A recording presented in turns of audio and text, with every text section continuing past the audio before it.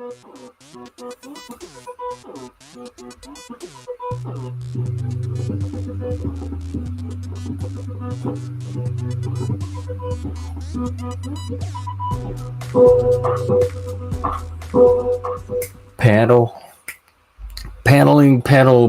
in the panelverse. Hello, welcome.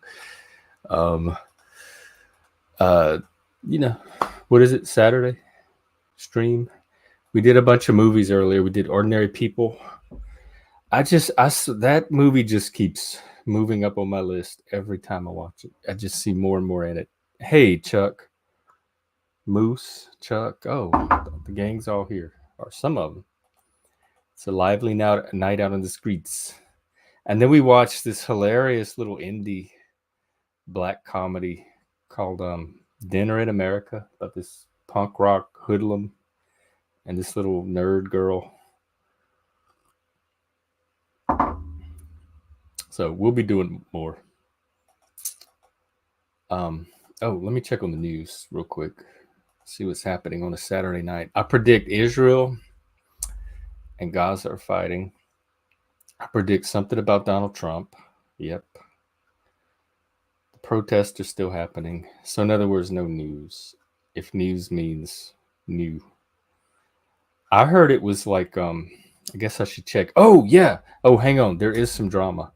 I heard news was north, south, east, and west. But let's look.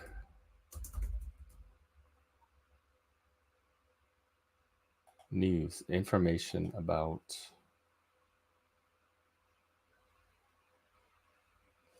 No. It came in the 14th century. So it's not that.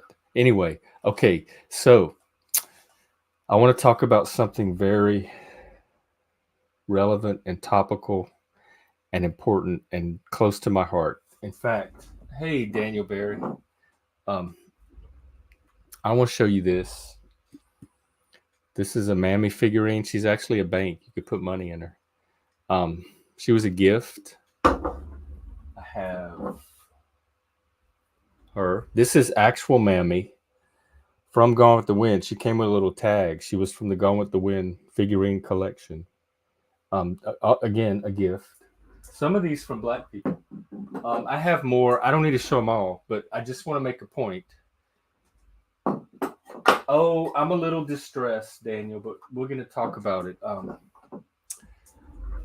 I had heard that there was some controversy behind Aunt Jemima and the woke people, and so I heard somewhere in the back of my mind she got removed or canceled or taken off or something. But when I pulled up I asked the AI, and they're like, yeah, that did happen to Aunt Jemima. Hey, Auntie. The company came out in, I forgot what date. Let me look it up. And announced that they are removing or discontinuing Aunt Jemima specifically because of racism and the racist origins of Aunt Jemima. And I was like, wow, they actually came out and said it. So I need to dig into the story and find out the real tea behind this Aunt Jemima business, because she is not racist to me and my people and in my culture, and even black people to black people. Hey, Bex, what's up? I'm talking about Aunt Jemima. But they didn't just do it to Aunt Jemima. They did it to Uncle Ben. They did it to, I didn't even know his name, but the cream of wheat box, they have the old guy. His name is Rastus. And they did it to Rastus. And get this, ConAgra, the company, they attempted to do it to Mrs. Butterworth. Now, I know for a fact that's a white lady. That is an old white lady. I remember her from the commercials. There is nothing black or racist about Miss Butterworth. And they tried to say that she resembled the Aunt Jemima bottle. So she called to mind the Mammy bottle, the Mammy fig that everybody was controversied about. And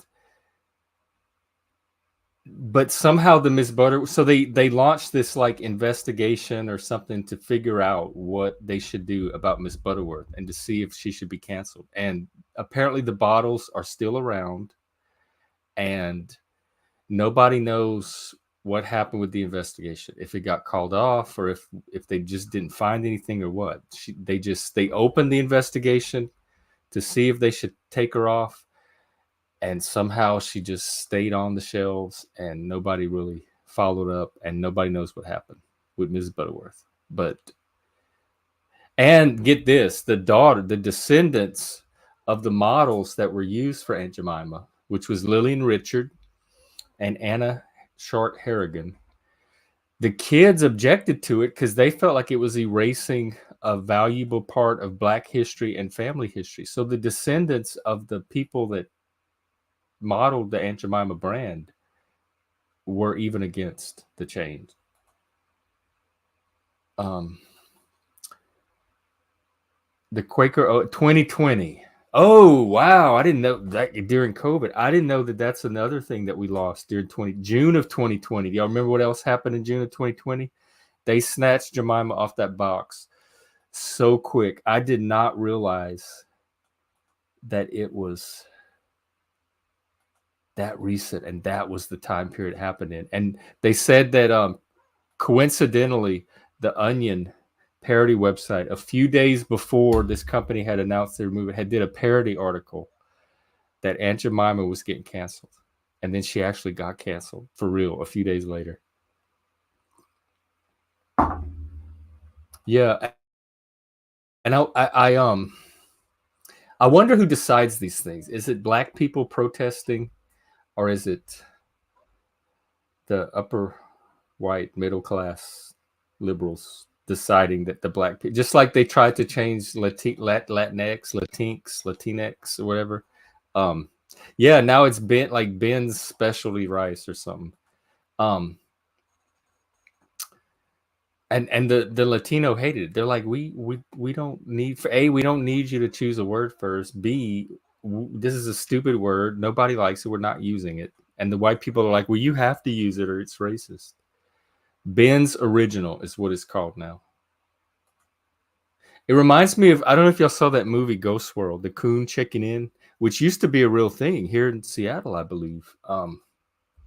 It was a restaurant. Let's look up the Coon Chicken Inn.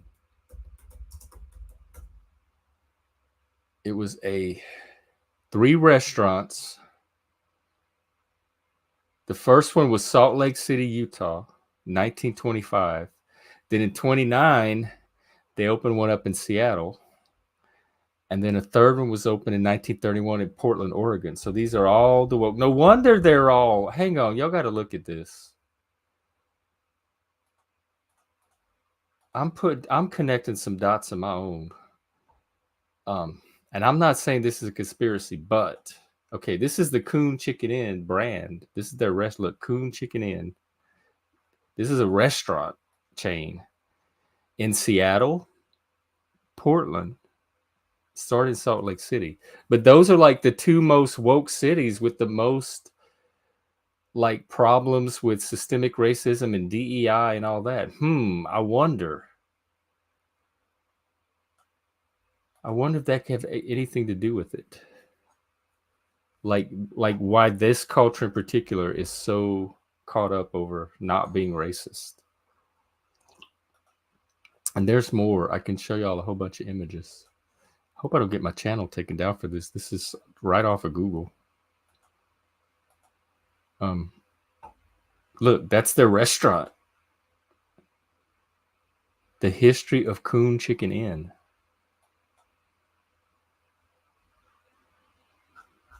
So that's what's been on my mind tonight, ever since I found out about Aunt Jemima. And now she's called, all the products they that General Quaker Oats discontinued are now called the Pearl Milling Company. I don't know too much about branding, as some of you could probably tell, but I'm pretty sure Pearl Milling Company doesn't have the same impact that Aunt Jemima or Uncle Ben or Rastus or Miss Butterworth had.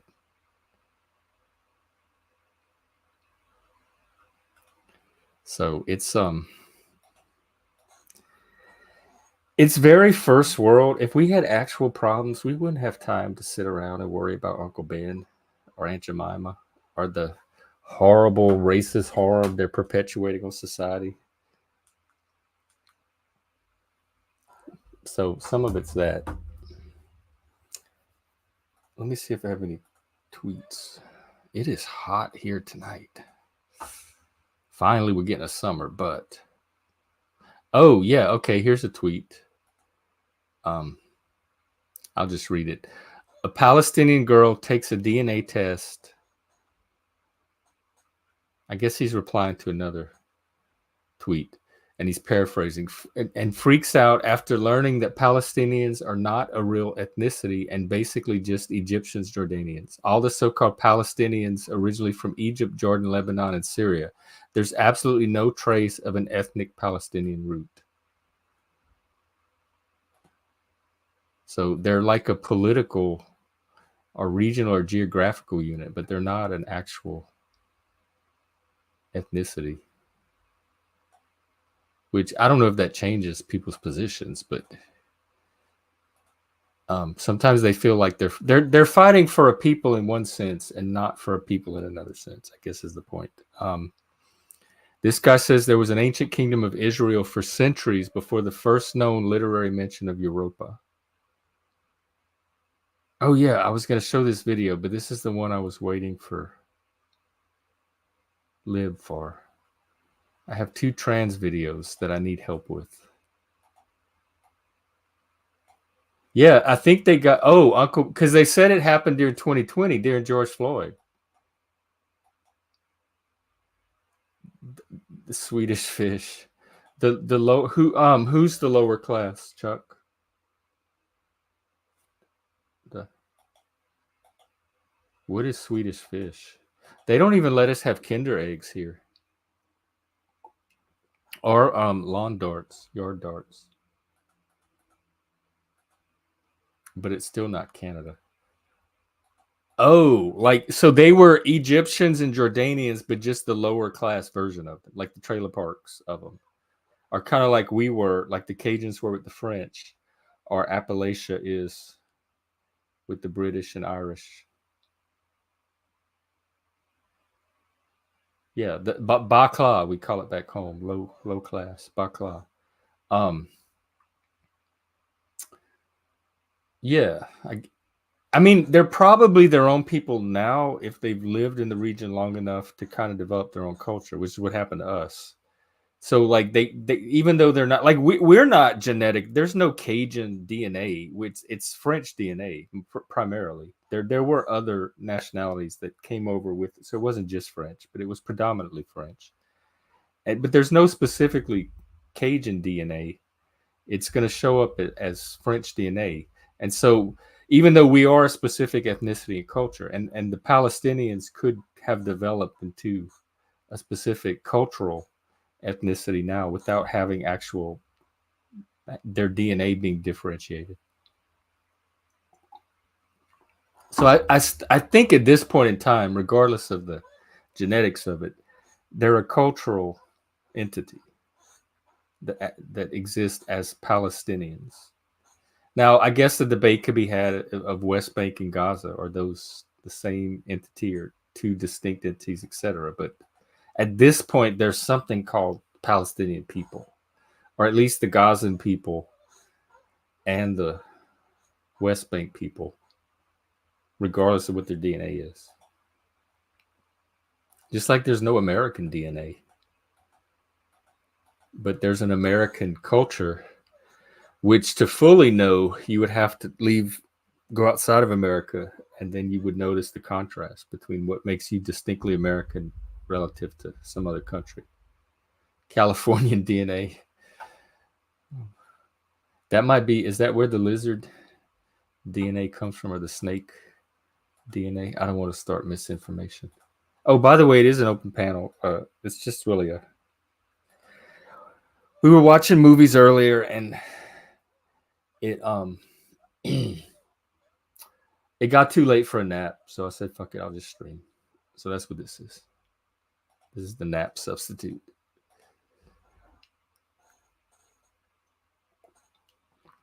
Righteous dude, bro. Yeah, righteous dude, bro. DNA. And growing up, California, New York City, both. That was like the place to go. Those were my meccas. If you could escape to New York or California, in fact, I did. Escape to California after I left college and got my first like real job in the real world of work. That's when AOL came out, and I got an AOL account, and I started meeting people from all over the world or the country and the world. Um, and I met a guy in California, and within like weeks, maybe a month and a half, I was packed up and in my car on the way to California. And I'm like, wow, in West Hollywood of all places, because I had a friend that lived there that I was going to stay with. So I was actually moving to West Hollywood, California. Like this, it was like a dream. I was actually going to the place that I dreamed about escaping to my whole life. And it turned out to be nothing like I thought it was. I was there for like a few months and then ended up in Vegas. Um, Southern California a little bit, and then San Francisco and East Bay a little bit. And that was, I had enough. That was all I could have of it. And now I wouldn't want to even cross the border into California, just psychologically. It just knowing that I'm in California. I don't trust. It's so bizarre. I don't trust the norms that I'm acculturated to work there, and I definitely don't trust my ability to assess and switch to those new norms. My impression of it, just the like the first week or two I was there as a resident, because I was trying to relocate. It was the most over-regulated state I had ever lived in. The bureaucracy there. I remember to transfer my license over, to register my car, etc. It was just days and days of bureaucracy and hoops, and you have to have this paper and that paper and take this here and get this stamped. And so it was like a Kafka novel. And I remember on The Price is Right growing up, they would have the new car. That was like the most prestigious thing you could win on The Price is Right. And they would always announce their specs, and they would say with California emission. And I never knew what that was until I got to California, and they're like EPA emission standards that you have to get tested for, which we don't have anything like in Louisiana at all. It are so high that they have to make cars, especially for California, with emission systems that can pass the California standards that the cars of the other states are not built to. And so I had to make sure my car met the California emission standards too. So I had to do that test. And I'm like, oh yeah, I remember this thing from The Price is Right. That's what California emissions are. They make it sound like something exciting and fun. It wasn't, not in person. So that was my impression of California. And then I was in San Francisco for like maybe a month. And that's when their housing crisis was starting. I was seeing, it was like I was watching the tech gentrification come in, and the older, like San Francisco of the 60s and 70s and 80s, like the gay San Francisco and the leather scene and all that, kind of side by side. Like I was watching the new stuff come in and gradually outbuild the old. So I was there at just where that transition line was starting. This was like late 90s. And I couldn't find housing. I could find a job, no problem. I couldn't find housing. Like the competition just to rent a room. Like this is back in the you'd flip through they'd have personal ads and newspaper ads and stuff. And there were so many people like competing for one room in an apartment with other people, just a bedroom. You had to have all these financials and applications and references. Like the application process, the gatekeeping to just get a room was so intense, and you were competing with so many other people that I ran out. I couldn't find housing. I had to leave. And there were college kids going to school that had no place to live. They were like going to college during the day and living on the street, doing their homework on the street because they had no housing. That's how bad it had gotten. And so I ended up having to leave and stopped in Vegas on my way back. and stayed there.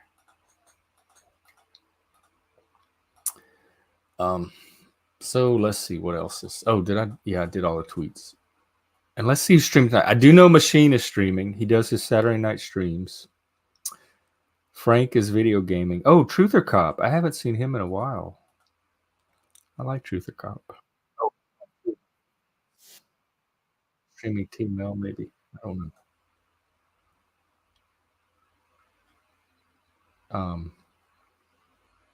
Speakeasy streaming. Fatty is streaming. Church Without Walls. What is Fatty up to? Some weird. How Russian propaganda is a weapon of mass destruction. Okay. I just found out tonight. I honestly didn't know this. Because I found the.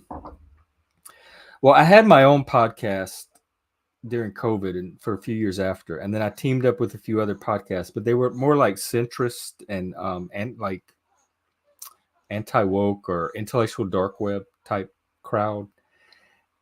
And then I kind of re-entered discovered the actual panel verse. Hey, Frank. I wish she would come back. She is welcome back. Like I didn't. I didn't intend to like cause permanent damage or hurt feelings or anything like that. And if you ever get kicked off a panel, it's because I'm making a snap decision in the moment for many reasons. I'm always willing to talk about it. Maybe not that night on panel, but off stream, I'm always willing to talk about it. And it's not permanent. It's an in the moment thing. It's happened to almost anybody. And you're unless I like block you or ban you or say otherwise, you're always welcome back. So just because you get taken off in the moment, it's just an in the moment thing for me to like manage the panel in that moment. And sometimes it's like the best judgment in the moment. It's not infallible, it's not always the right judgment, but it's just my best judgment at that moment of what to do. And sometimes it involves me removing people from a panel. And I try to use it sparingly, but I am always willing to talk about it, explain my thinking, the reasoning, all of that. And it's never you're welcome back. Just in that moment, I need you off the panel. Jerkernauts and getting to, yeah, there's Silicon Valley. Yeah, definitely that. Here in Seattle, I've seen kind of that dark side of the tech industry. It's my biggest criticism and strongest impression from it's so dehumanizing. Like it's not a society that I'm adapted to long term at all. For my mental health, I cannot survive in this like big corporate, big tech culture.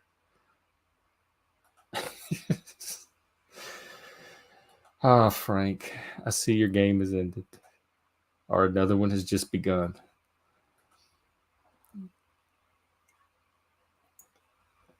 Well, I want to keep the stream going for a while and see who shows up. But if it doesn't go anywhere, we can maybe. Of course, it's late where you are too, so we can maybe watch other things. I think I'll do some more mental health movies tomorrow. I think that was a good idea. Okay, so anyway, do I have to pull out the questions? I guess I do. 100 pod. Oh yeah, we were going to do some of the deep questions yesterday.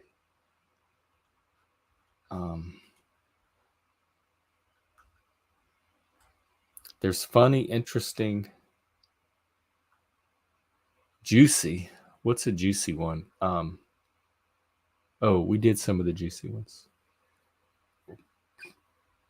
What's the wildest thing you've done that no one knows about? Well, if no one knows about it, I'm not gonna like let the whole world know about it now. It's probably not known about for a reason. I've done a lot of wild things. I didn't intend, like I was not a wild child. My friends were way wilder than they are. They were actual wild child. Frank, you have Aunt Jemima. I'm telling you, she's 4 years old. I wouldn't eat her. She got canceled in 2020. I remember Jack Handy from Saturday Night Live, and but there are some things that stand out as like when I was in the like when I was doing them or I was in the middle of them, and they were usually prompted by somebody else. It's like is this really happening? I can't believe this is the craziest thing that I I'm gonna have to do a lot of work tomorrow to reassure myself that this thing that's happening right now is really happening because it's so wild. But a lot of it is gonna have to be Patreon content. I'm sorry to say, it's not something that I want to share on the stream right now. Embarrassing dating experience. Oh God, like almost everyone I've been on. I had this one. This was back. This was when I had left. I had finally gotten out of college and started I was a professional. I was a working class professional. I had gotten my first real job, my first apartment, and I had bought my first car. And I was doing everything that I was like 20, 28-ish. I was doing everything somebody my age was supposed to be doing. I was bored as hell. I was so unfulfilled. But that's back when they had before that was like a year, just about like a few months before AOL. So my whole dating life was about to change and I didn't realize it. But until then, you had the little personal ads in the back of the newspaper, and they had like these code because you paid by the word. So people had, it was like GWM, SKS, which was Sikhs, GWM was gay white male, Sikhs, GWM, you might put an age range or something, but it was mostly code. And so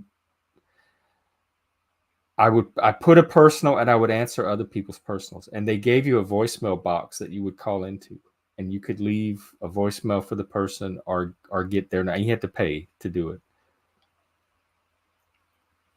So initially in this new city I was in, that's how I would meet dates. And I met this one guy through the little personal ad voicemail thing, and we ended up exchanging real phone numbers and talking on the phone. And we had so much in common. We liked the same movies, the same music, the same books. That he was intellectual. He was like, he had a college degree, and we talked till like 3 or 4 in the morning. It was one of those, I don't know if growing up you had those conversations with your school friends, maybe, that like they just went on for hours and you never hung up because you had so many things to talk about. It was one of those. And we finally like forced ourselves off the phone, and we made plans to meet the next day. Like we were so like we didn't want to delay this, and we picked this nice Italian restaurant, and we were going to meet there. I actually got, for me, dressed up. I wore like a nice pair of slacks, not some tennis shoes, because I had to get like some kind of like button up shirts for work and stuff. So I actually had a few nice clothes at the time. And so I got dressed up and everything. We went to this Italian restaurant. He was cute. The chemistry was kind of there. The interest were there. The conversation was there. We had just spent like 8 hours on the phone the night before, and there was no reason for this date to be a dating disaster. And the food came. It was delicious. We enjoyed the food. It was what's more romantic than an Italian restaurant on a first date? And it was like by the end of the day, like I'm not kidding, we were probably about to ask for the check or waiting on the check or something. And we started talking about movies, which we had already talked about for hours. And like, what are some other movies you like? And I started like racking my brain for these really obscure movies that I might not have mentioned yet. And I started throwing some out, and he had this weird reaction. He started to like cringe and pull his face in and look at me weird, and I didn't know how to interpret that, so I just kept going. And finally he absolutely freaked out. He had the strangest reaction. He's like, "You like weird movies? You're you something about the way I talk." Like he just had like this whole list of critiques. He was just lobbing at me about the conversation, about the date, about my outfit, about just like all these little things about me that he never once brought up, that I had no clue was on his radar. And he, like, for like a whole minute or minute and a half, he just went off on me. Like all of this was built up in him, and he just went off on me. Like looking back, I'm sure it was the autism or the neurodivergence, and he didn't have a way to say it, but it was some kind of weird impression I was making on him. And after he said that, it was just dead silence. Like neither one of us knew what to say. And the waiter came, brought the check. We split it. Like it wasn't even a question of, here, I'll get this one. It's like, you owe, I'm not paying a penny more than what I owe. And neither was the other person. And so we split that thing to the penny. And we walked out, and we were like in the parking lot, and we didn't shake hands, hug. We just walked to our cars. It was like, well, it's nice meeting you. At least we did the date, and then we're done, and never talked again. I have no idea how it turned from phone conversation and really nice dinner to whatever happened at the end, just from talking about movies. But I've had that happen to me before with people. And then, of course, the ex, like pretty much every one of our dates was a disastrous date because he's just so messed up of a person. It was like one horror story show after another on every date as more and more layers of horror got peeled back. All right, let's try some of these deep questions. How has your perspective on the world changed over the years? That's kind of deep. Believe it or not, it's gotten more patient. I've tried to like take more of the big picture view and contextualize things. Like I can't always do it in the moment, but if I have some time to process and recover, I can usually start to get a more balance, like a less personal and more, I don't know how to describe it, because I guess it's still personal in a way, but I'm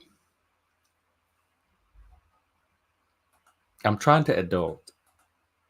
I think I've learned to look at things. Well, one thing, just being able to look at things from more than one perspective, right there is a change in perspective. So I think when you learn to do that enough times, and you can kind of discover enough perspectives to look at something from, then over time your perspective in general just gets broadened a little bit. And so I think I would say that it's broadened. It's broadened in many ways, but it's narrowed in some. Like I have never encountered the kind of people or culture that I've encountered up here. I would not even think this was part of America. It's so bizarre to me. And so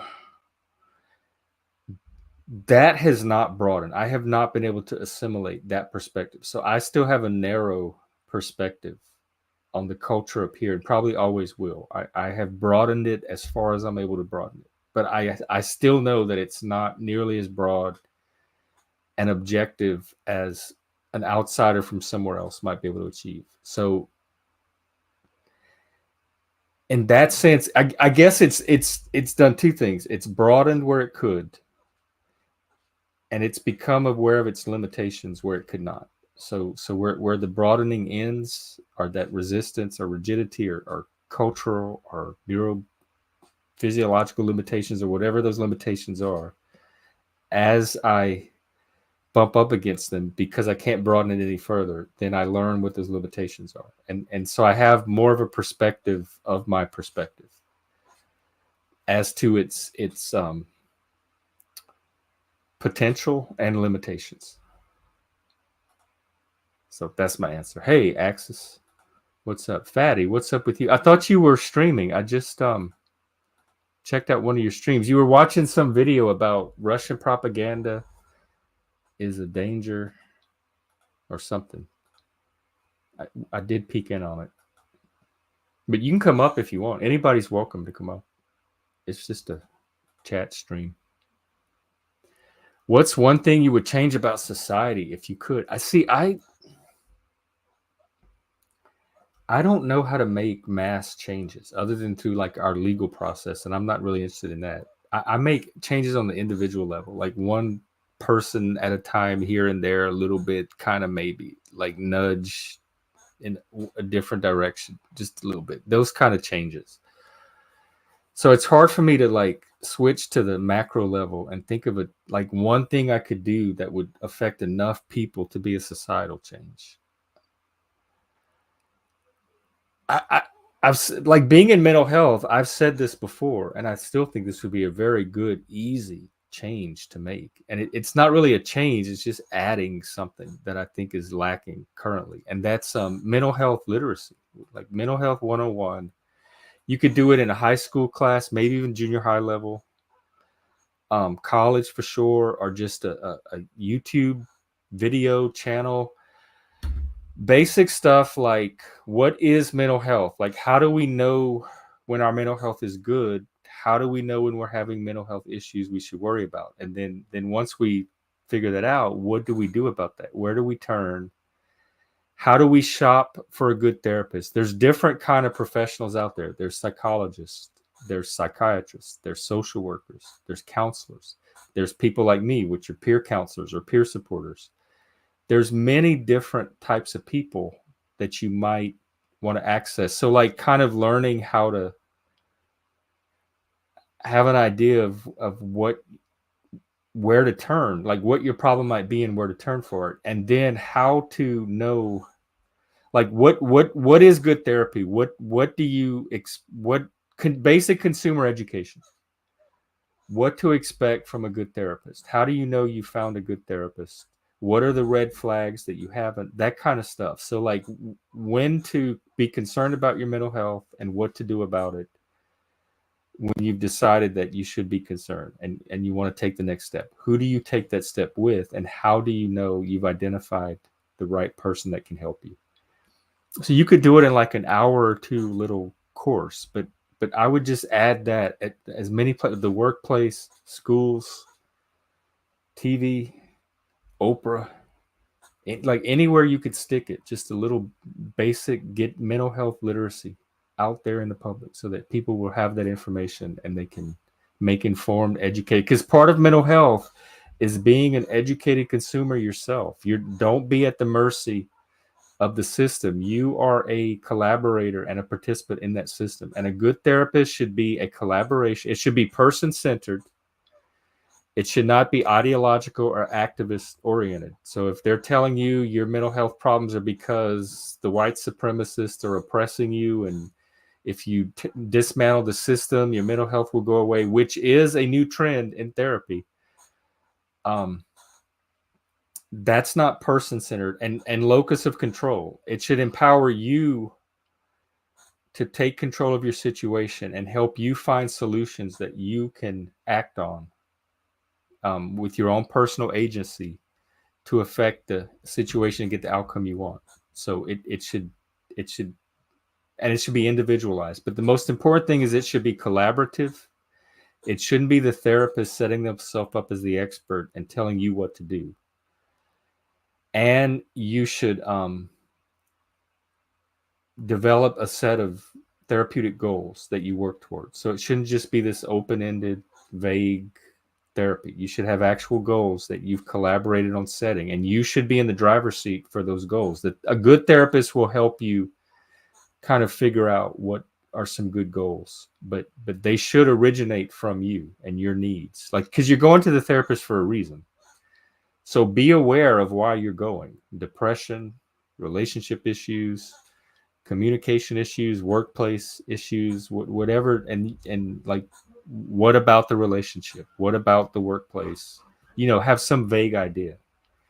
And then they'll help you develop some goals. Well, what do you want to happen in this situation? What do you want to change? What do you want to develop in yourself that's going to allow you to face these situations better or make the changes you need? Or are there things you could change about the situation? Are there people you could bring in? Is there a support system you could develop or add, and etc., that kind of stuff.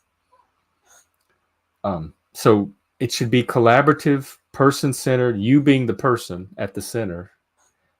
You should be in the driver's seat, and a lot of that depends on you being an educated client or consumer of the mental health services. So just some little course or information packet that gave people that knowledge. I think that's the one change I would make to society. And kind of in conjunction with that, stressing the effects of social media, like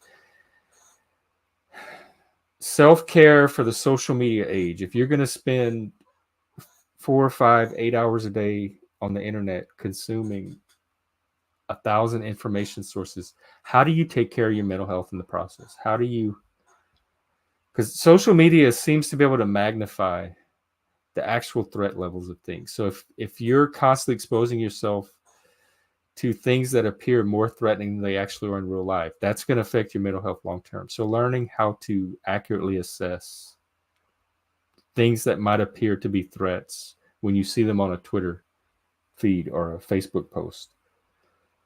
And touching grass, that's another one I would incorporate.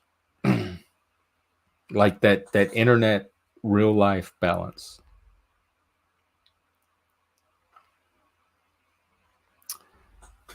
I'm reading some more of these deep questions. Some of them sound they're just like vague. What does true love mean to you? Have you ever had a life-changing revelation? How do you define happiness, and have you found it, etc., etc.? Oh, relationship questions. How do you balance personal growth with a committed relationship? Frank, you pretty much are the shit show tonight. You're one of the few. Wow, we have 19 people on Twitter watching and 6 on YouTube. So we're getting a lot more on Twitter lately. And if you are watching on Twitter, I don't know if you know this, but you can chat. If you click the video itself, there should be a little chat box on the side, and I'll be able to see your comments on StreamYard. But ideally, the relationship would be kind of strong enough and robust enough where your personal growth could happen within the context of that relationship. Like, I don't know if your personal growth, there's no reason your personal growth should conflict or be in tension with a healthy relationship. A healthy relationship should ideally support and be part of that personal growth. And so you would either grow together, or you'd have a spouse that supported your growth, even though they may be growing in a different way. You would still kind of coordinate, like, to the extent you could coordinate growth. I think if there's one person doing all the growth and the other person's just wants to kind of coast, that could create some kind of imbalance. I've been in those kind of relationships where I'm the one that, because relationships drive growth for me. I am always a different person when I come out of a relationship than when I go in. And I try to find healthy relationships, and I try to use them to drive and influence the kind of healthy growth that I'm looking for. So I think a relationship can be part of personal growth. So I guess it's just learning to identify a healthy relationship, because if you're in a healthy relationship where there's trust and respect, like genuine respect, which is an actual emotion that you feel for the person, the personal growth is not going to be an issue. Like, the personal growth should not conflict in that situation. The healthy relationship should be able to handle any issues that come up from personal growth. I think the most important thing is to make sure that if you are in a healthy, stable relationship and there is personal growth, that you're kind of both growing at more or less the same level. So if you're not both growing identically, at least try to grow at similar paces so that one person's not outgrowing the other. But then sometimes that happens. Like, we do outgrow relationships and friendships and people. And I think that's just part of, especially the older you get, that's just part of the process of human intersubjectivity. Oh, are you doing a show tonight, Axis? I don't know, Frank. The way I've been going, I'm kind of on a I haven't been tired today at all. I'm really on a second wind. I think it's all this mental health stuff is inspiring me to keep going. I might like my passion for mental health may end up affecting my mental health. I may become a mental health junkie. Yes, yes, yes, yes, yes. And I don't know how it is with other people, but well, they can handle their own perception. I'm always willing to have a conversation about it. But with me in relationships, that stuff comes out pretty early. Like I can tell within like one or two meetings or a couple of dates, or it doesn't take me long to figure out the trajectory that the relationship's most likely to take.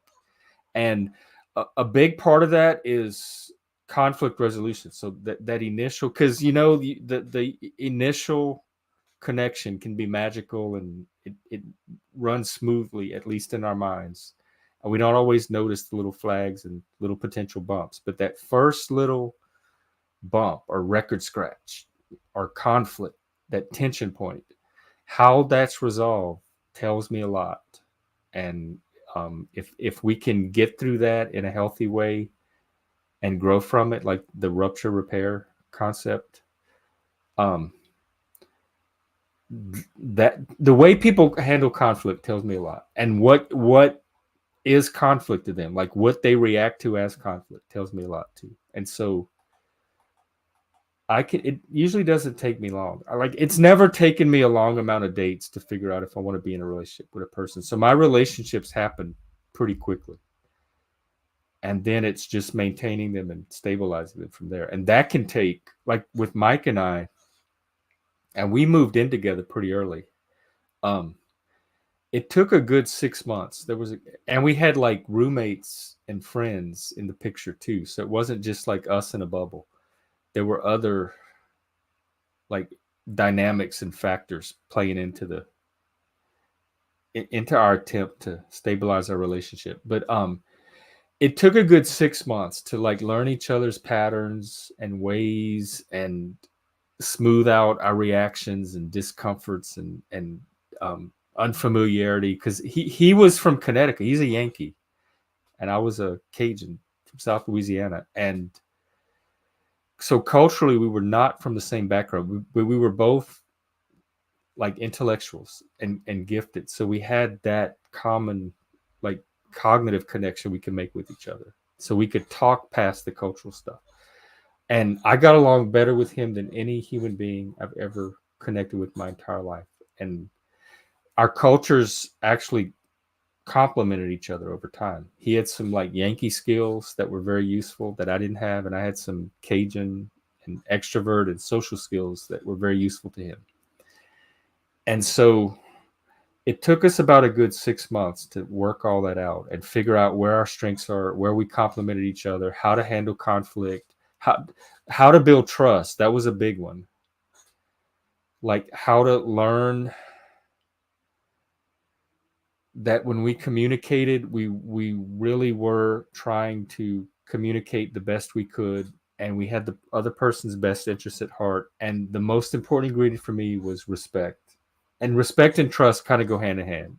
They kind of develop. The more I can respect a person, the more I trust them. The more I come to trust the person, the more I'm able to respect them, or that emotion's able to develop. And it's a very specific emotion. I've only felt it a few times for a very few rare people. It's not something I can force. It's I look up to I look up to them and admire them for qualities that are rare, noble, elevated. There's just something about them that over time captures my admiration and my loyalty and my remember that Italo Calvino quote about the inferno and finding those that are not inferno and giving them space and making them endure. It motivates me to do that. Like this is somebody worthy of enduring, and I want to help them become the best of who they are because I admire and respect them so much. And Mike and I had, like, we both went out of our way to look out for the other person's best interest because we had so much appreciation and respect for each other. And when that emotion locked in, when I became aware of that emotion, and that's what I was feeling toward him, and when that emotion locked in, and I saw over time that I could trust it and trust him and rely on him, it was magic. Especially in a city like Vegas, where that is a cutthroat town. You can't trust or rely on anybody in that town. It is like the Big Brother house or the Survivor Island. And if you have somebody, it was just one person you could trust on the level that Mike and I could, because it's a very transient town. Like the social milieu is constantly changing and shifting because new people are constantly coming in. Your old friends from last year are moving out and moving away. So if you have that one person you could hold on to amidst the chaos and build that strong connection with, it was like truly one of the most valuable things I've ever had in my entire life. And the things that it allowed me to do, both with my own life as an individual, but as a unit, as a couple, was something I will never accomplish on my own again, I don't think, without having that connection. And oh shit, I forgot it. Oh well, anyway, that was my thought on the relationship question.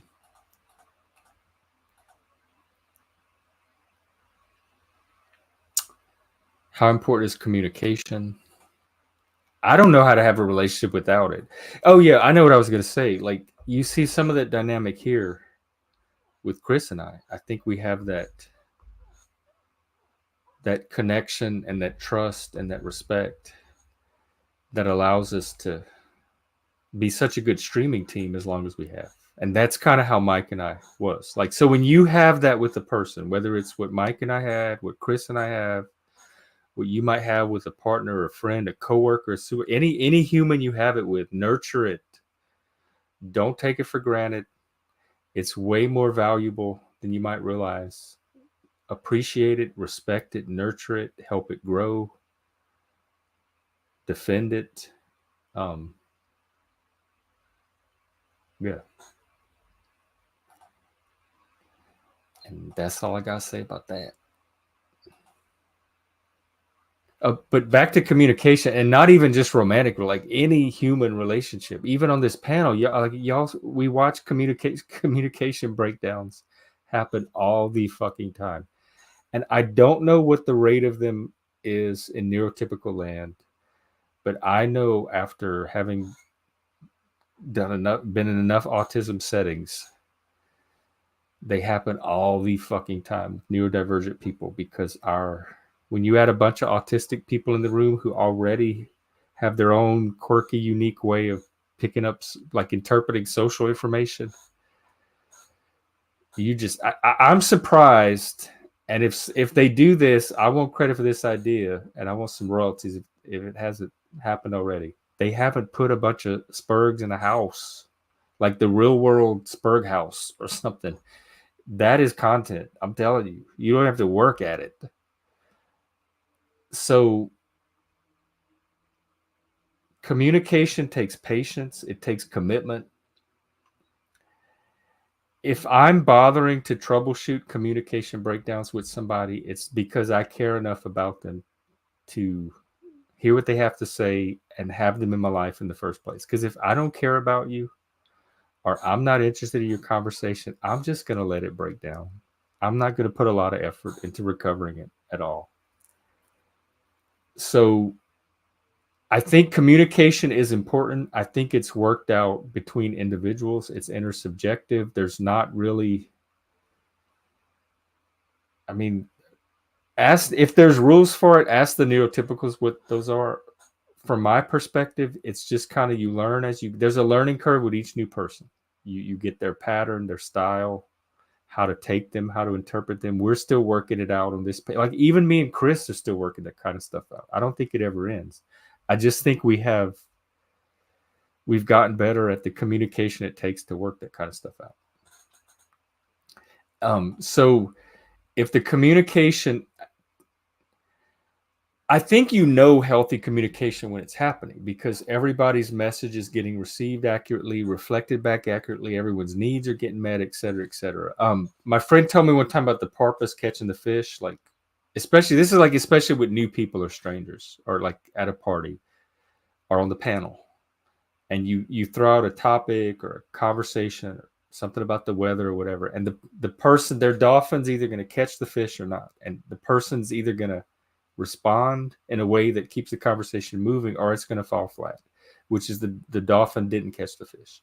And so if you're in a conversation with a person and the dolphin is catching a lot of the fish, that's a sign the communication is working, it's going well. And so if it is, just keep it going that way. And you're not going to communicate perfectly with every person out there, so don't go in with that expectation. But if it is working, that's fine. You're on a good track. If it's not working and it starts to break down, just like a car, you can troubleshoot it. You can look under the hood. You can figure out how to get it back on the road. So it's not the end of the world if communication starts to break down. If you still have a commitment to that person and you're still committed to keeping the relationship going, the communication can usually be recovered. The important thing is to recognize when it's working, like when it's good communication, and when it does need help or fixing. And it's things like I said, of like the dolphins catching the fish, you're feeling heard, you're getting reflected back, and your needs are getting met. Because a lot of times that's what communication. I use communication for like basically 2 or 3 things: to pass on information, particularly when I think it's important to pass on information about myself so somebody can have it to make decisions or to understand things about me that might be weird to them. So I use it to communicate so they can have a more like accurate picture of the world, especially about me. And I use it to get my needs met. And that's where self-advocacy comes in too. Are you serious? This one? Oh God. Well, clip it and make it go viral, I guess. One of the things we do in peer work a lot is self-advocacy, like teaching people how to speak up for themselves, how to get their needs met. We see this a lot with the medical system, the mental health system. I constantly have to use self-advocacy when I go to a doctor's office. The communication can break down there, or like getting my voice heard as far as my opinion on the course of treatment, or things I want them to hear about my treatment. There's kind of an art to self-advocacy, and there are people that can help you, and there are resources that can help you. I know here in Washington State, they have an ombud system, at least in the mental health system. I used to work as one for several years. So if you're having any kind of trouble or need help advocating within the Washington State mental health system, there's actual people you can call, and they will meet with you and help you advocate. So I guess the bottom line, don't ever feel alone. It's not you against the big like monolith, like Kafka. It's not Kafka in the castle.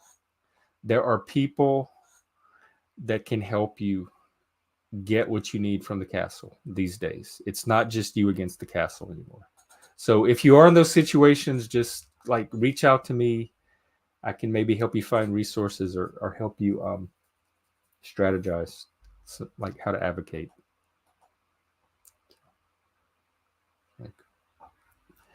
All right. Yeah, I am actually about monologued out. I'm ready for another cuppa and some water. That's why, like, people on stage, like the speakers, when they give TED Talk, they drink the water. Now I know why. Damn. Even in the courtroom, like on Judge Judy and stuff, they would have little glasses of water.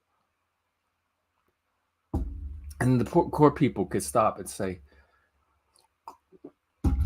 And furthermore, Your Honor, and then they would go on with their question because your mouth really does get dried out when you're monologuing.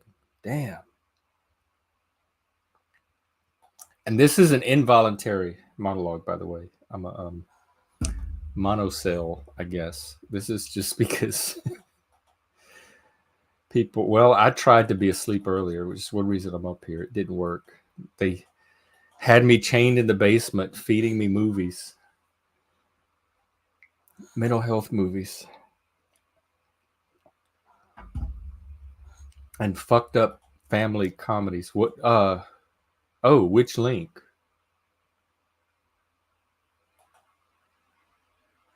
Oh, for the StreamYard. Yeah. Oh, it should be pinned. I'll drop it though. I always forget people.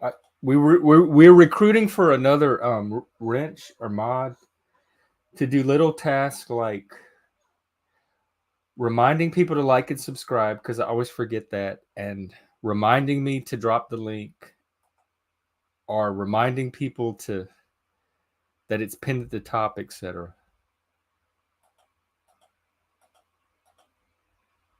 I don't know either, but it's I mean it is a stream with a guy wearing antlers just kind of talking his head off right now. So I can't understand if there's some resistance.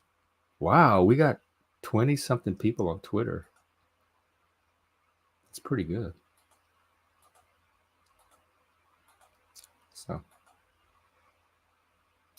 yeah, if we can get 200 more subscribers, like get to our monetization rating, um, then there's potential for this channel. Because Chris and I see way more potential in it than we've manifested yet. And part of that is because we need to kind of upgrade some of, like if we had a funding stream. And so getting monetized could help with that. We're thinking about a Patreon in the meantime anyway, because like a lot of content creators, I hear them complain about the deal they get from YouTube. But the honest best thing you could do is just like, we want to grow this organically. So not just like blast the word out there, but tell the people that you want to see hanging out here. Tell your friend. Tell your cousin or your brother or like somebody close to you that you want to bring into this experience that's similar to you, that might have similar values to what we have on the stream. And that way we can grow it like one person at a time through word of mouth. It'll have that personal touch. Every video.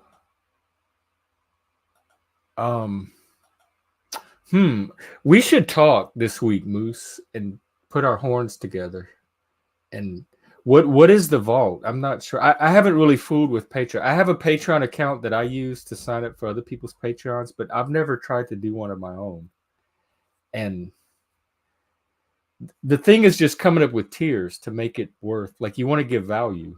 And so to have like, what can we offer for this tier? What can we offer for this tier, etc. Because a lot of people charge like memberships. And that's one thing we want to do with when we get monetized. We want to have like Flow has like the dollar memberships. We want to do like $1 or $2 where people can get a cool little emoji icon and their name turns a different color. So we want to be able to do that. But I see like people pay, they have like Patreons where you could pay $20 a month and join this private community or private Discord, and you get access to extra Zooms or private chats and stuff. And I've always felt resistance to charging for people to be a part of a community. I've always felt like that part of the community should be open to everybody that needs it. And then there should be like maybe some extra layer behind that, if we could think of it, that I would feel more comfortable offering. But I don't want to charge just for access to people, because I think that's so valuable for mental health and social health, etc. I kind of want that part to be available and have other things that like optional things. People might pay to watch a movie and have a discussion or a talk or hear a speaker or something, because that's all optional. Where and we could even have scholarships or comp the people that couldn't afford it, etc., etc. Yeah, like having content that we could charge for the people that wanted extra stuff, and have a way for the people that maybe necessarily couldn't afford it to still access it. And then having the community, like the Discord is, I don't plan to charge for the Discord. Although here's our merch. Everybody is saying this thing right here needs to be our first merch with some tweaking. So on a mug or a cap or like a little patch on a t-shirt, hell yeah. And another thing, we had two ideas in addition to boobs packed with demons, etc. and panel daddies. It was making flyers, like random flyers, and just go and stick it up in different cities where they have flyers, like the 12 monkey logo, or bringing people in real life into the panelverse. So creating a two-way conduit between the panelverse and reality instead of just one way. And so like having the panelverse people go out on the street and talk to real life people and showing them what the panelverse is about, and then maybe some of those people will start participating in the panelverse, and then there's some potential likers and subscribers as well. Yeah. So, and marketing is not my strength at all. I mean, I'm sitting here with antlers on my head.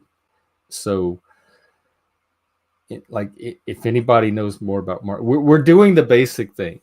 Like I'm promoting it on my social media. Other people are putting it on theirs. We're putting it in the Discords.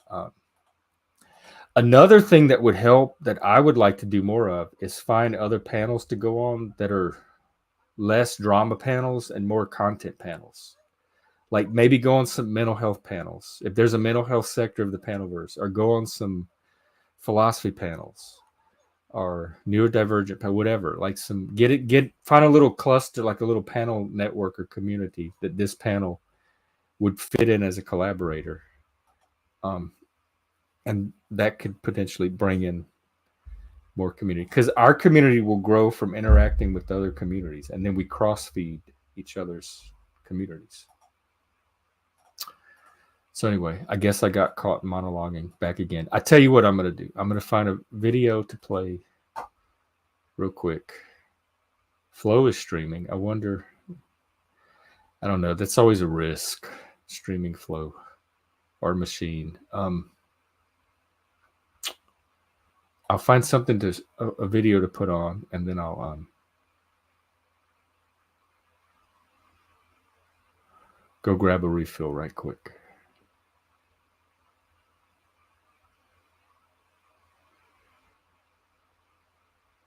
Well, y'all are probably tired of seeing the solar lights, but actually that's quite boring now that I'm looking at it. It's moving very slow. Stream yourself on Flow's panel. Well, I stopped going on Flow's panel, but he's welcome. I mean, anyone can come on my panel and stream it. But yeah, it's just I can take care of myself better if I stay on my own panel when things happen, like what I was taught, like the communication breakdowns and stuff. I can handle them better if I'm behind the wheel than relying on other people. So, but Flow is streaming. Oh, I'm supposed to find a video. Sorry, if there's a TikTok video.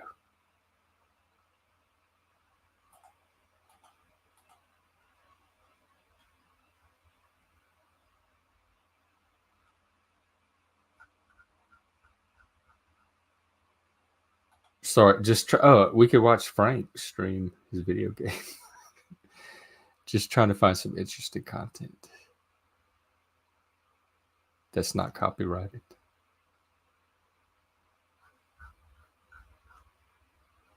Oh well, I think it's gonna be Frank.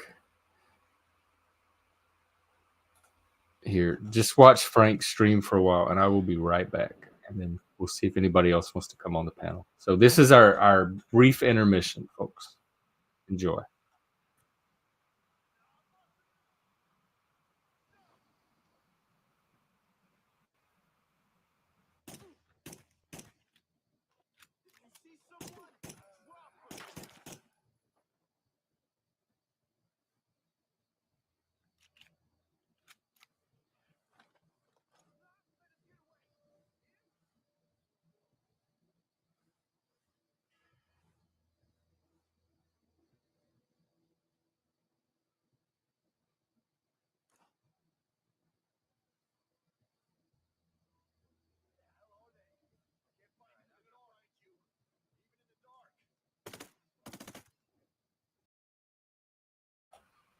All right, perfect. Thanks, Frank, for holding down the stream for me. You finally did something useful. All right. Uh-oh, what happened? I hope I didn't just get strike myself by streaming Frank. All right. Well, if I'm not ready to stop streaming, but I am ready to stop sitting here babbling into the night. So I need to find something else to do. We watched a lot of shit today. We started the Laurie Anderson Norton lectures again. We watched Survivor. We watched Ordinary People, Dinner in America. I'm going to do some more mental health movies tomorrow.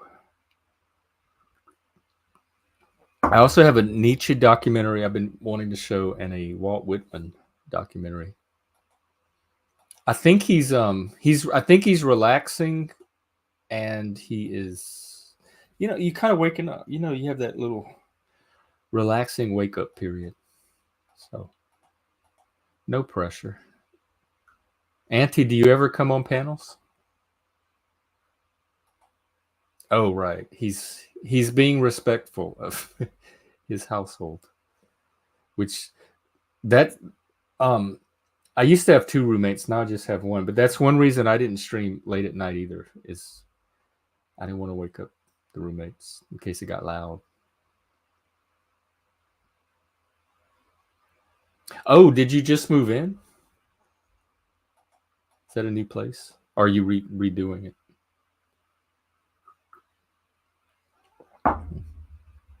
Well, if you ever decide, Auntie, you're certainly welcome here. And I don't know if anybody knows this, but this is an open panel. But if anybody ever wants to do a one-on-one conversation, I can always arrange a day where it can be just us on a panel. We can talk about whatever. Because I used to do guest interviews all the time. That was my panel model before I shifted to the open panel version. Oh, so you just moved in there. I didn't know that. Wow. Okay. Well, very nice.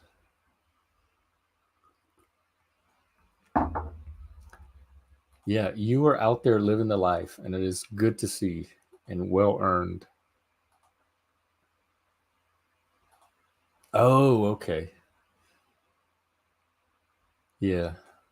I I would love a big place like that just to work on, just to have the work to do. My grandparents had that growing up. They lived across the street, and they did like a lot of work on it. But as a kid, that was never fun. I would help sometimes. I'd help my grandma sweep her driveway or water her plants or whatever she asked me to do. But I guess it's different when it's your own place and you put that TLC into it. Who Devil Hugh? Daniel, okay, you don't know how right you are, because when COVID started and we went on lockdown, one of the first things I told myself was, this is a chance to do a podcast. I've always wanted to try my hand at one, and this is a chance to do it. And I said, the concept I have in mind is I was going to call it Rocking with Satan, because I knew I'd be rocking. So I wanted to build that into the podcast. And I had just converted to Satanism. And it was going to be me interviewing people. And I wanted to have like 2 opposite people, like a Republican and a Democrat, or a feminist and a red pill or something. And oh, my speakers just went out. Shit. Not that it matters. I'm the only one talking. And that's what it was going to be. It was going to be. Oh shit, battery low. Why is it not charging? And it was oh yeah, except they weren't supposed to get along. It was supposed to be controversial. And then I was gonna like try to help them, kind of what Bravers Angels was doing, but way before Bravers Angels, and like bring controversial viewpoints together and have me mediate it, and I would be like the satanic host, opposing viewpoints together. So you're closer to the truth than you realize, Daniel, because I did have an idea of doing satanic interviews during COVID. But I did not think of Devil Hue, and I wish I had. So you get the credit for that one. All right. Well, shoot. Well, Frank, you were asking about Survivor earlier. If you're around, maybe it is. I know it's got to be late where you are. I can't believe you're still awake.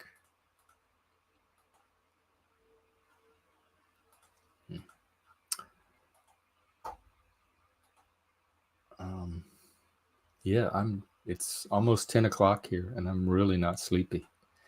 It reminds me of growing up where on the weekends, you mean like be on the show? I want to do a real, hang on. I want to do a real life version.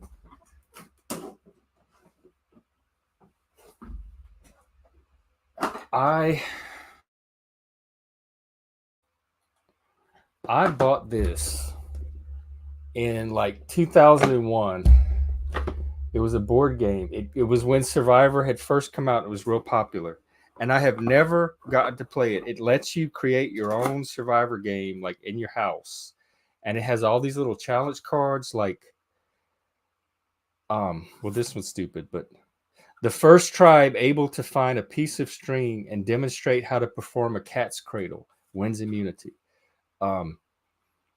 Elect someone from each tribe, have them pat their heads and rub their tummies while chanting she shells by the seashore. See, I'm already at tribal council.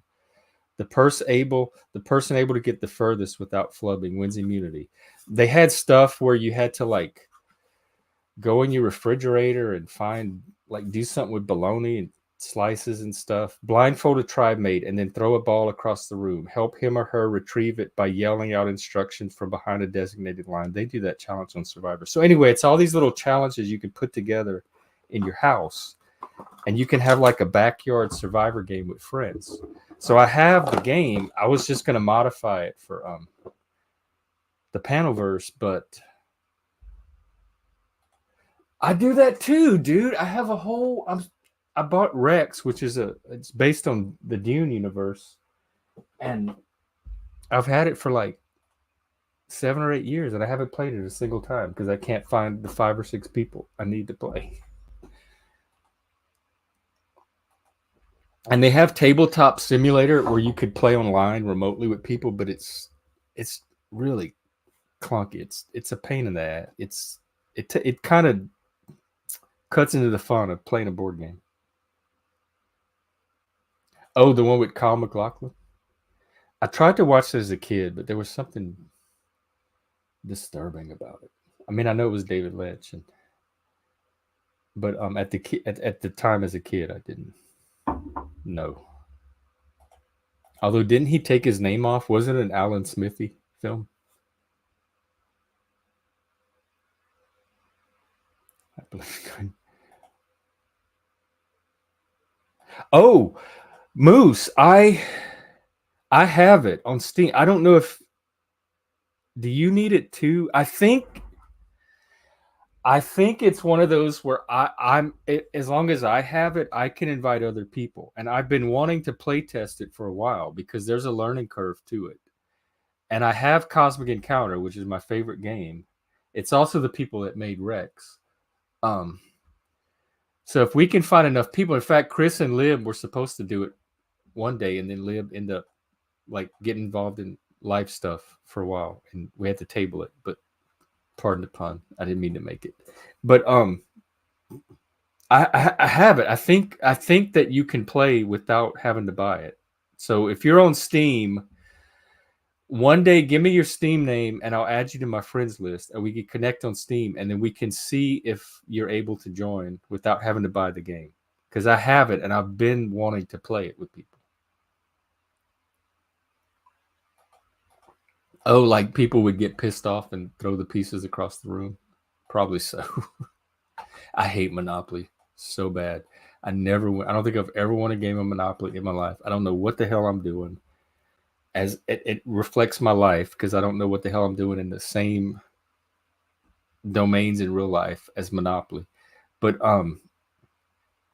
there's a version of Monopoly that it's called Cosmic Monopoly, and it uses the Cosmic Encounter rules for Monopoly, and that one is fun, and I've played that one.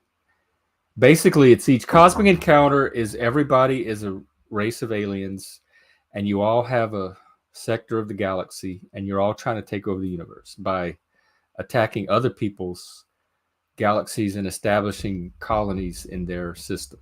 And the first person to get 5 colonies outside of their home system wins the game. And you can ally with other players to stop people from, if they have too many colonies, you can stop them. And so, oh, I forgot where I was going. Sorry. Oh yeah. So the thing that's cool about the game, this was the game that inspired Magic the Gathering, by the way.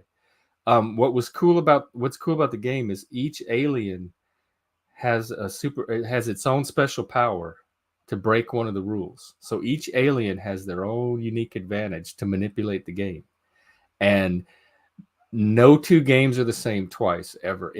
I've played it probably literally thousands of times, and every game you don't know what to expect. It's the most unpredictable game I've ever seen because there's so many different moving parts that can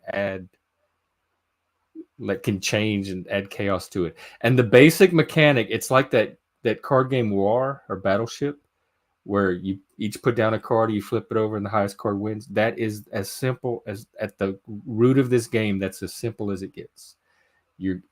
Each round, there's going to be an attacking player, a defending player. You're both going to put down a card. You're going to flip it over, and the highest total wins. And there's so many things that they add to it to make that the most fun game in the world.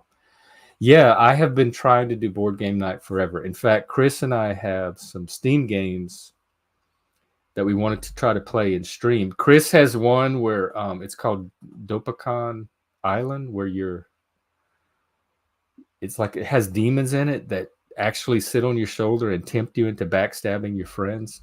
And they have that Among Us game, which we played New Year's Day, I think, where you run around the spaceship and like a few of you are secret murderers and you have to try to kill all the other players, and the rest of the players have to avoid getting killed and figure out who the murderers are. Voodoo the Cookout.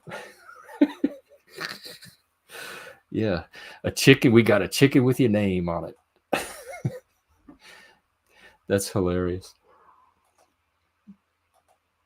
I have in the Discord, there's an entire gaming channel for people that I set it up thinking that we would do way more gaming than we actually did. And we have a Dungeons and Dragons game that we're supposed to run. Lib has his own world he put together. Fuck. Those are my favorite games. In fact, there's one called Avalon, which is online. It's free to play. We just need like 5 or 6 or 7, 8 players. It's a variation of Mafia or Werewolf. And like let's say you're playing with 8 people, 3 of you might be hidden traitors, and you do these missions, which they're not real missions, they're just called missions, and you the mission either succeeds or fails depending on if there's a traitor on it or not, because the traitors have the power to fail the missions. And so you want to be very careful who you put on the mission. And if you're a traitor, you're trying to convince the people to put you on the mission so you can sabotage them. But if you're not like the idea is to get the non-traitors on the mission so that they succeed. But the traitors know who they are. Like all the traitors know each other, but nobody else knows who the traitors. So the traitors can secretly coordinate to manipulate the game, and you have to figure out who the traitors are before and get them off of the mission so you can win before they sabotage enough missions. It's really fun. And the twist that makes Avalon such a cool game is there's a Merlin character, and at the beginning of the game, Merlin is going to know who the traitors are. but he can't let on that he knows. And so he can subtly guide the other players away from the trailers. But if somebody catches Merlin and discovers who he is, then they automatically win the game. So Merlin has to be very stealth. And at the end of the game, if the players win, the traders get one chance to guess who Merlin is. And if they guess right, they get the victory instead. Dungeons and Dragons meets Clue. It was the main. We used to play. I'm not kidding, y'all. We used to play real life Clue as kids. I had a reputation for thinking of games for the neighborhood kids to play, and they would always come to my house. And the movie Clue came out in December of '85. I saw it in like January of '86, and it was the first. That movie probably changed my life because I got so into murder mysteries after that movie. I bought the Clue game. I bought all kind of other mystery games. I read every Agatha Christie book. I started watching mystery on PB. I became a mystery nut because of that movie. And one of the games we would play was live action Clue. And we actually had a gold candlestick. We had this like little wooden toy replica of a revolver, but it didn't actually shoot anything. It was just wood. We would go in the drawer and get a butcher knife, a big giant butcher knife. We went in the garage and we got a rope and a wrench out of the toolbox and a lead pipe. So we had all the weapons and we would hide them in the yard. And then one person was the murderer and there'd be a body. And then everybody would run and hide. And then you would like gradually go around the yard and try to find clues and try to find the weapons before the murderer did. And if the murderer found one of the weapons, he could use it to secretly go around, like pretend kill one of the other players. So then like you'd be playing the game. And it was really fun if you played at night. And like you'd be playing the game. And we had kind of a big yard, so there was a lot of space. And you'd come up on a fellow player. They'd be down on the ground. The rope would be like lying next to them, like in Clue. So it was fun. It was live action Clue. And the neighborhood kids would come to my house. They were like in like elementary school or junior high. And they'd always want to play this live action Clue game. And I'm like, all right, let me go get the butcher knife and the rope and the candlestick and hide it and all that. It was fun. I did when it first came out, but she was too cozy, like cozy mystery. My favorite is P.D. James, and she wrote more like gritty, realistic mysteries. And then the mystery show on PBS would the BBC like serialized them as television shows, and they would show some of them, and I was really into those. Shroud for a Nightingale is still one of my favorite adaptations of any mystery ever. It's like a 5 or 6 part PBS series, and it was all filmed by VCR camcorders, the whole movie. Very low budget, but they're riveting. And to this day, the whodunit is one of my favorite genres, along with reality TV like Survivor. Let's see, you talking about a tabletop of DVD? I mean a DVD, D&D. You should play with. We should get a game going. There's D&D, like classic D&D, although now they're in 5th edition, and they have a website called roll20.net that automates everything. You can create it walks you through your characters. It has a character creation wizard. It has a dice roller. If you're a DM, it could help you create maps, and you can have little character tokens, and it can show them moving around the map, etc. It's a really cool website. So it would be really easy to get a D&D game up, but there's also games like in the 90s, the storyteller games became popular. Vampire the Masquerade, Werewolf. There's one called Demon the Descent, or Demon the Fallen. There were 2. Mage would be a great game to play. I don't know why we're not playing a Mage game, because Mage is about a battle for reality, like the paradigm that the masses live under. And there's all of these different groups competing to be in control of the paradigm of reality. And right now, the technocracy is the one that is currently in control of the paradigm. And so it's all of these groups that are like religious groups, spiritual groups, that are uniting to fight this monolithic technocracy that's like slowly colonizing the minds of humanity and reality. And that's the perfect game for like the Panelverse.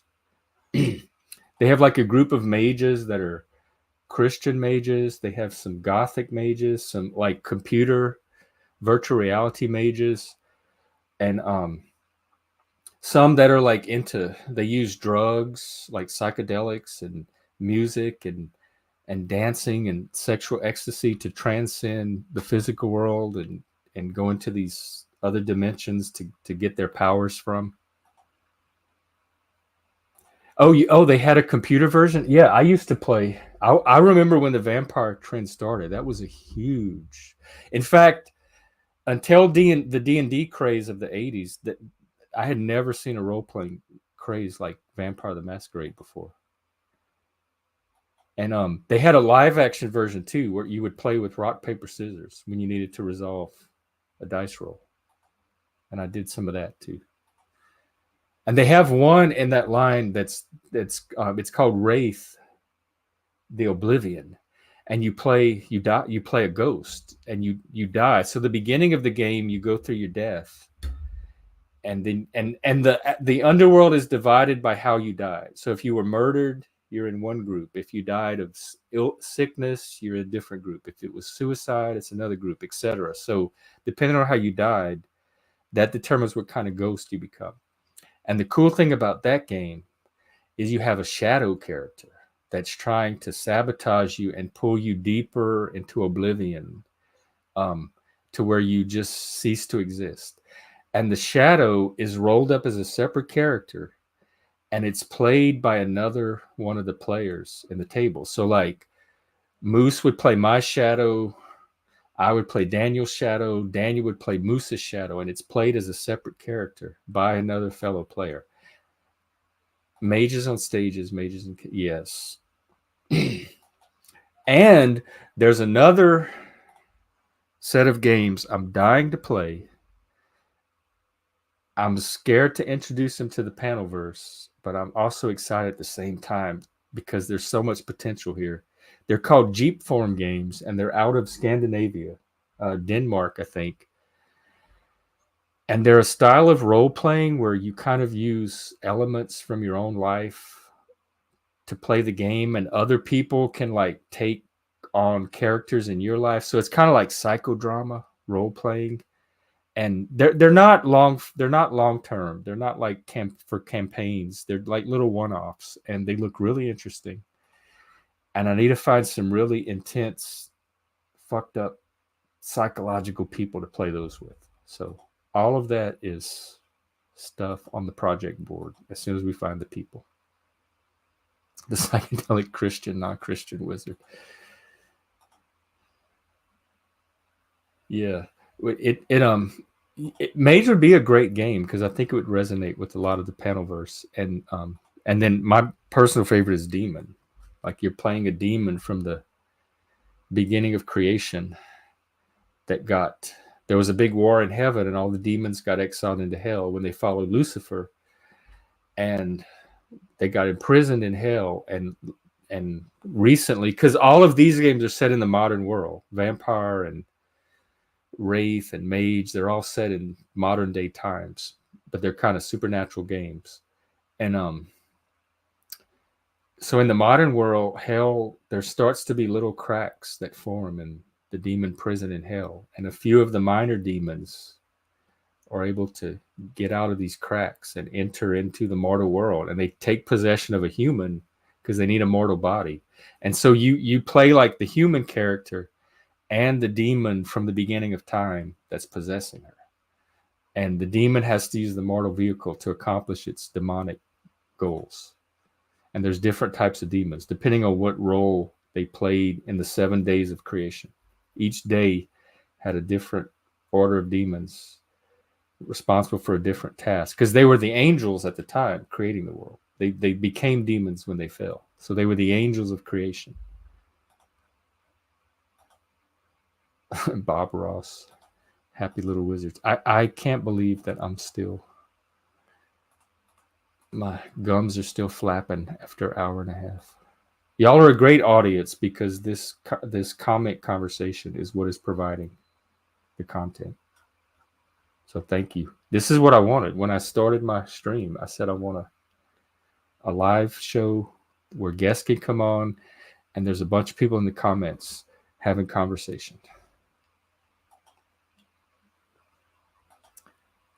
So thank you all. You're what's making it happen. Tarot reading night. I did used to read. I used to do astrology and tarot cards back when I was involved in the New Age, but then I stopped believing in it. Is it really fun, Auntie? Well, good. Glad y'all are having fun. I feel like it would be more fun if we did some games. We could stream some of the games one day, like that Avalon game. I think would be very easy to pull off on a stream. Possibly one of the tabletop simulator games. We tried to do that game that Chris has with the demon, but he couldn't get it to work. So we're gonna get that up and running off stream, and then probably stream it one day. Oh, tarot is close to reality. Oh, in what way? I only used the major arcana when I read. I didn't fool with the minor at all, because I just used it as a focus. It would like suggest. It was more intuitive. Like I would go with whatever the picture suggested to me in relation to that person. So I didn't really like go by, which you really shouldn't. A good reader is not going to go by the official meaning of the card. They're going to let the card suggest the meaning as it applies in that particular spread to that person. Oh, ooh. Yeah, I watched a little bit of Verbal Combat last night. Oh, you did it on a stream? Do you have a link? I had my chart read like by Trauma Type's friend probably about a year ago when I started this stream, and it was uncanny. In fact, that's why I went into astrology to begin with, because I had my chart read when I was younger, and I was so impressed by how accurate he was. I'm like, I want to learn how to do that. That was too accurate. How can he know all that about my life just from my birth chart? And then I realized that I had given him the wrong birth time, so the whole chart was off. He wasn't even reading the right chart, and he still knew all this stuff about me. Wait, what? This? Like in, ooh, yikes. Ooh.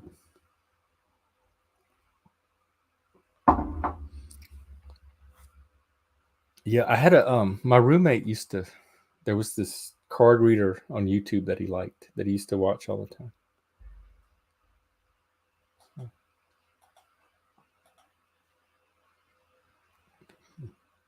Wow, this is, our Twitter numbers are still holding.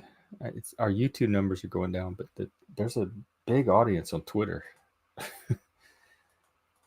Well, big for me.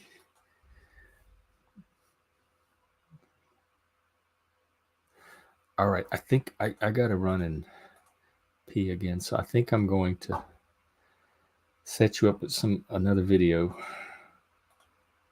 and then we'll. Oh wow! Yikes! And that's like something out of a creepy movie.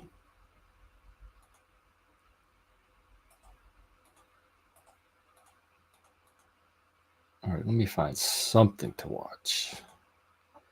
Maybe I could show one of these trans videos. How long are they? This one's a minute. They're both a minute. But I really wanted Lib around so she could. I need some help interpreting these videos. I'm not quite sure what these trans people are saying or what they're up to.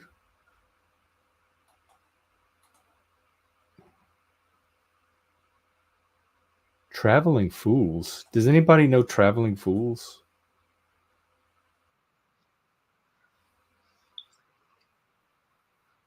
I'm subscribed to their channel, but I don't know who they are. They're streaming right now. Flow is streaming. Let me see what's going on over there. Based Oracle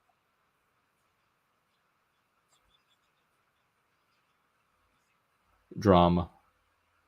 He has two people going at it.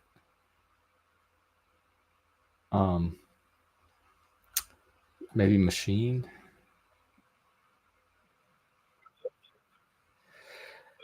Wizards on. Otherwise, I would. It's Truth or Cop, Lanza, Reddington, and Machine. I would feel safe streaming every one of those except for Wizard. Oh well, I might have to. Take care, Moose. It was good seeing you. Glad you can hang out for a bit. And yeah, let's definitely talk this week and get some ideas going. Okay, yeah, take care, Axis. Well, I can wind down the stream in that case. It's I've been going for almost 2 hours.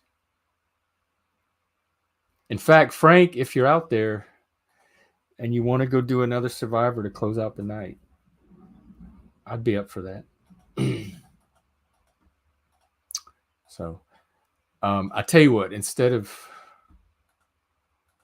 I want to give you some content. I don't want to just. Let me find something. I'll tell you what I'll do. I think I have a list of videos that I've saved, like a little favorites list. Maybe I'll pull something out of that.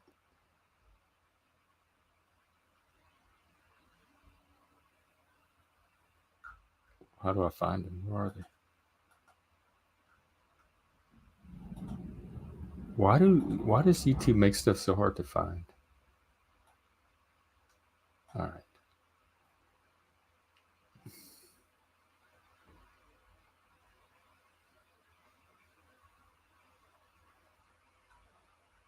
Oh, it has to be something not copyrighted. That's gonna be a problem. Because a lot of it's music stuff.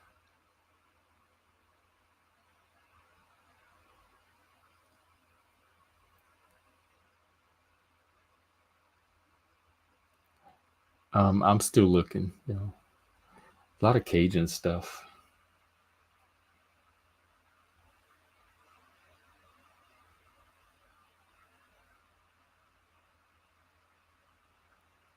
Oh, here's something interesting. I'll leave you with this. It's only a minute, but I think I can make it back before then. This is a sound recording from 1860. So see what y'all think about this. I'll let this play for a minute, and then I'll be right back. 1 second.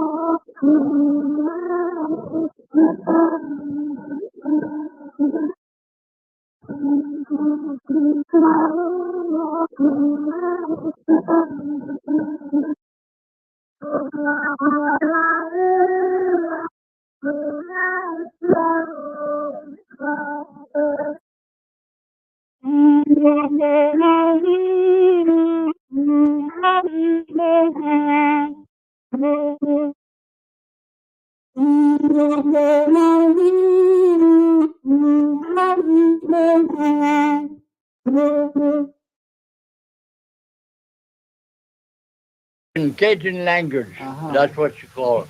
I can't talk French like you. What makes a good Cajun, Dennis? A good Cajun, you got to be a sport, a good sport to be a Cajun.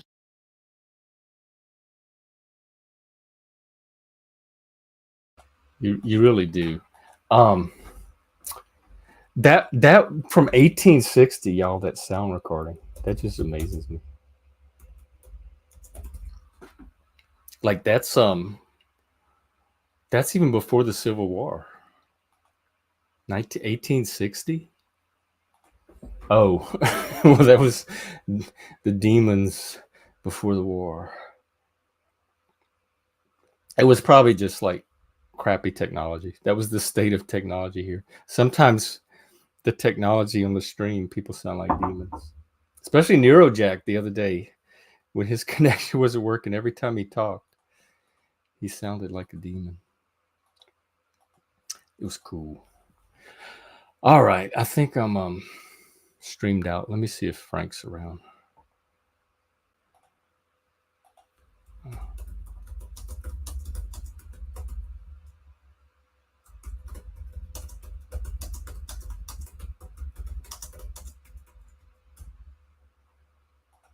All right.